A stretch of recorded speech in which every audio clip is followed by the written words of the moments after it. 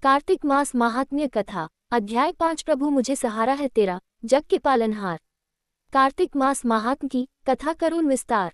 भक्तिभरत.com मंदिर आज की तिथि aarti download Android app download app. आज की तिथि त्योहार, मंदिर, आरती, भजन, कथाएं, मंत्र, चालीसा। आज का विचार, प्रेरक कहानियां, ब्लॉग खोजें, सब्सक्राइब भक्ति Bharat YouTube channel, Hanuman Chalisa follow भक्ति भारत व्हाट्सएप चैनल, होम, कथाएं। कार्तिक मास महात्म्य कथा अध्याय 5।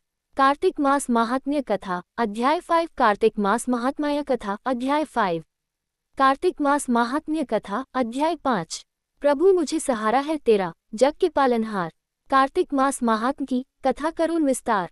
राजा पृथु बोले, हे नारद जी, आपने कार्तिक मास में स्नान का फल कहा, अब अन्य मासों में विधिपूर्वक स्नान करने की विधि, नियम और उद्यापन की विधि भी बतलाइए।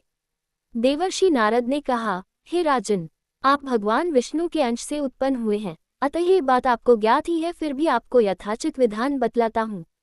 आश्विन माह में शुक्ल पक्ष की एकादशी से कार्तिक के व्रत करने चाहिए।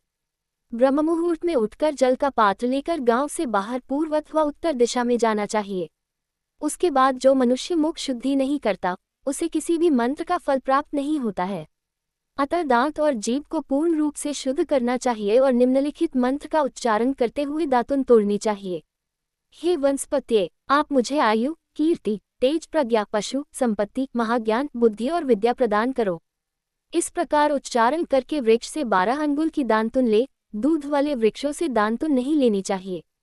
इसी प्रकार कपास, कांटेदार वृक्ष तथा जले हुए वृक्ष से भी दांतुन लेना मना है। जिससे उत्तम गंध आती हो और जिसकी टहनी कोमल हो, ही वृक्ष से दंतावन ग्रहण करना चाहिए। प्रतिपदा, अमावस्या, नवमी, छठी, रविवार को चंद्र तथा सूर्य ग्रहण में दांतुन नहीं करनी चाहिए। तत्पश्चात भली भांति स्नान करके फूलमाला, चंदन और पान आदि पूजा की सामग्री लेकर प्रसन्नचित्त व भक्तिपूर्वक शिवालय में जाकर सभी देवी देवताओं की अर्घ्य, आचमनीय आदि वस्तुओं से पृथक पृथक पूजा करके प्रार्थना एवं प्रणाम करना चाहिए। फिर भक्तों के स्वर में स्वर मिलाकर श्रीहरि का कीर्तन करना चाहिए। मंदिर में जो गायक भगवान श्रीहरि का कीर्तन करने आए हों, उनका माला, चंदन, तांबूल आदि से पूजन करना चाहिए, क्योंकि देवालयों में भगवान विष्णु को अपनी तपस्या, योग और दान द्वारा प्रसन्न करते थे, परंतु कलयुग में भगवत गुणगान को ही भगवान श्रीहरि को प्रसन्न करने का एकमात्र साधन माना गया है।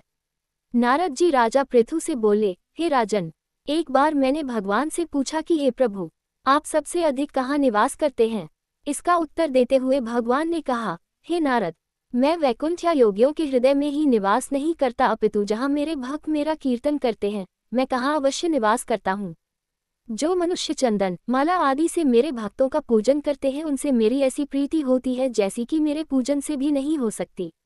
नारद जी ने फिर कहा, शिरीष, धतूरा, गिरजा, चमेली, केसर, कंदार और कटहल के फूलों व चावलों से भगवान विष्णु की पूजा नहीं करनी चाहिए।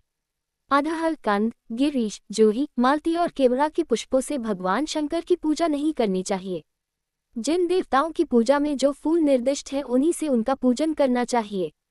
पूजन समाप्ति के बाद भगवान से क्षमा प्रार्थना करनी चाहिए, यथा, हे सुरेश्वर, हे देव, न मैं मंत्र जानता हूँ, न क्रिया, मैं भक्ति से भी हीन हूँ, मैंने जो कुछ भी आपकी पूजा की है उसे पूरा करें।